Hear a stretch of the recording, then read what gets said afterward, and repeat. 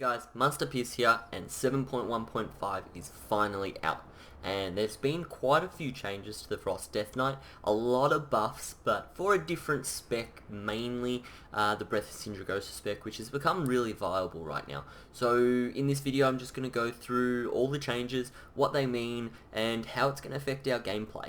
So in 7.1.5, the Frost Death Knight was actually quite fortunate, because we didn't really receive any nerfs, we just got buffs across the board. Now the first one is Abomination's Might chance increased to 20%, down from what it was 10. So this means that our Fallen Crusader enchant on our weapon is going to proc more. So we're going to get 15% more strength for 15 seconds more often.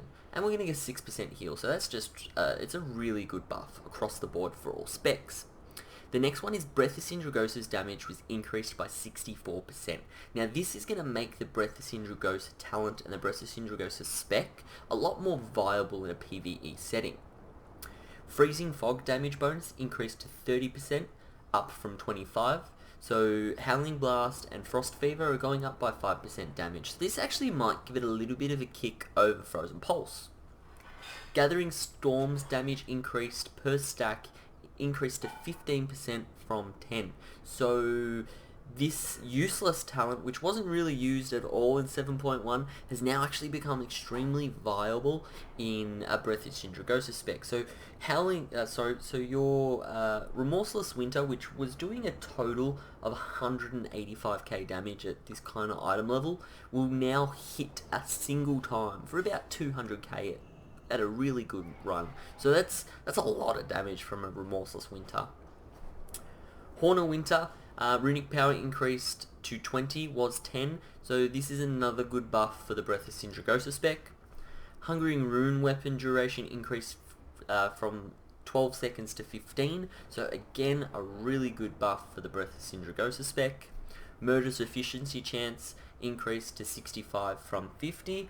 Once again, Breath of Sindragosa spec buff.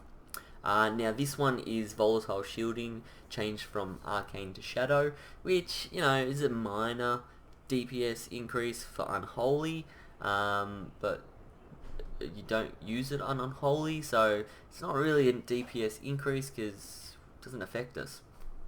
And White Walker damage reduction increased to 30 from 20, and the slow effect is now 70 from 50. Not really going to increase your DPS in PvE, sorry, it's a more of a PvP talent. The next changes that are really going to affect the Frost DK and really your playstyle is the changes to some legendaries. So the first legendary that they changed was Consort's Cold Core. Now it's not really a change, but it was added into the game. So this is a really strong legs with haste mastery. So for Breath of Sindragosa, for your machine gun spec, this is actually a pretty good stat set. Sindragosa's Fury has 50% reduced cooldown, so it goes from a 5-minute cooldown to 2.5-minute cooldown, and freezes all enemies hit for 3 seconds. So in PvP, yes. In Mythic Pluses, oh my god, this is a legendary to get if you're a Mythic Plus player. Next one is the Seal of Necrophantasia. So this is a ring that is highly desirable for a Breath of Sindragosa spec. Now the only change that they really made to this was the 5% increase, 5% decrease to the cooldown of Empower Rune Weapon.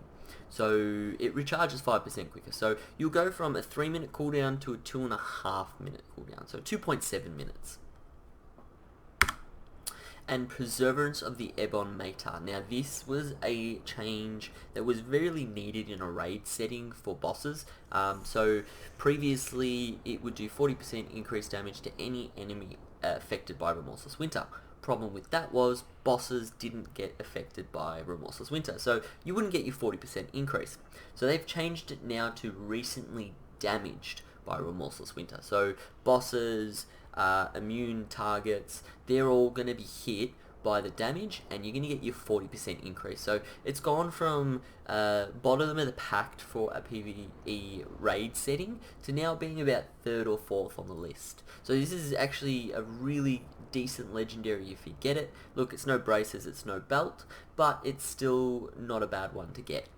That's it, guys. As always, thanks for watching. If you found this video useful or helpful at all, please subscribe to the channel, like the video, and put a comment down below if you have any questions, any queries.